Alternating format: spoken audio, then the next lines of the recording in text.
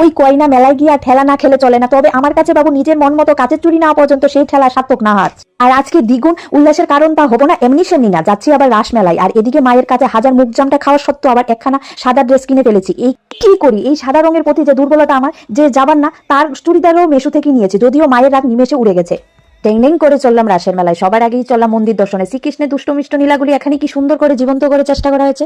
চারিদিকটা এত সুন্দর সাজানো গুছানো, এখানেই মন আটকে থাকে। আচ্ছা, মেলায় গেলে তোমরা কোন খাবারের উপর সবার আগে হামলে পড়ো শুনি? মায়ের মন তো খাবারও মন চাই, তারপর আবার টাকারও চিন্তা করো। তো আমি মাকে বলেছিলাম তুমি কি খাবে আমাকে বলো, আমি তোমাকে কিনে দিচ্ছি। কিন্তু মার মনে বলতে চাচ্ছে না, তার জন্য মাকে স্প্রিং রোল কিনে দিলাম।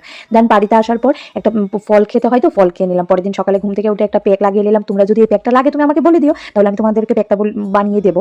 তার উপর এটাও বানিয়ে নিলাম, এটা গরুয়া জুস। তারপর একটা মন্দিরে যাবো, মন্দিরের জন্য কয়েকটা ফুল যা যা দরকার ছিল ওইগুলো কিনে নিয়েছি মন্দিরে পূজা দেওয়ার জন্য। দেন বাড়িতে আসার পর আমার ফ্রেন্ডের সাথে একটু ঘুরতে যাবো বলেছিল, ওকে নিয়ে একটু ঘুরতে যাওয়ার জন্য ঘুরতে যাবো। আর ফুচকা খাবো না তা তো এটা কখনই হয় না, অনেকদিন পর দেখা হয়েছে। আর ওর সাথে যখন দেখা হয়েছে আর কি বলবো, পাগল হয়ে গেছি। কেন বলছি পাগল হয়ে গেছি, ওকে দোকানদার দিয়েছে ওকে 200 টাকা, আর ওকে ব্যাক করে দিয়েছে 150 টাকা। ও কি করেছে, ও 50 টাকা ব্যাগে ঢুকেছে, 100 টাকা মাটিতে ফেলে দিয়েছে। এমন পাগল আমি সাথে স্বপ্ন দেখিনি। কেন, ও পরের উপর নির্ভরশীল। যেখানে যায় ওর বয়ফ্রেন্ড ওকে টাকা দিয়ে দেয়, ও টাকা ও বয়ফ্রেন্ডই সবকিছু কিনে টিনে, তো ওর জন্য ওর মাথাতেই থাকে না কত টাকা, বা এমনকি গাড়িকে কত টাকা দিতে হয় ও ওইটা বেটা জানে না। কি মানে এত পাগল আজকের দিনে আছে, আমি ওর সাথে না চলে মানে বুঝতেই পারতাম না। আমার টাকাটার জন্য এতটুকু সোলপুর মানে জ্বলছে, কি করবো, খাই না চই না, 100 টাকা তো জলাঞ্জলি গেল। দেন এগুলো সব কিছু কিনা টিনা পর তো আজকে আমাদের অফিসে স্যার চলে যাবে, তার জন্য আমাদের সবাইকে লাঞ্চের এটা ছিল, আমাদের সবাইকে স্যার খাইয়েছে। তো স্যার আমাদের সাথে 3 বছর ছিল, এটা সব থেকে কষ্টের ব্যাপার, আমাদের সবাইকে ছেড়ে চলে যাচ্ছে। কিন্তু আমাদের চাকরিটা এরকমই, কেউ স্থায়ী নয়, সবাই অস্থায়ী। তো এইভাবেই কাটাতে হবে দুঃখ কষ্ট নিয়ে। তো ফাইনালি বাড়িতে চলে আসলাম, বাড়িতে চলে এসে এইভাবেই কাটালাম। তোমরা কিভাবে কাটাও আমাকে একটু কমেন্টে জানিয়ে দিও। আমি এইভাবেই কাটালাম।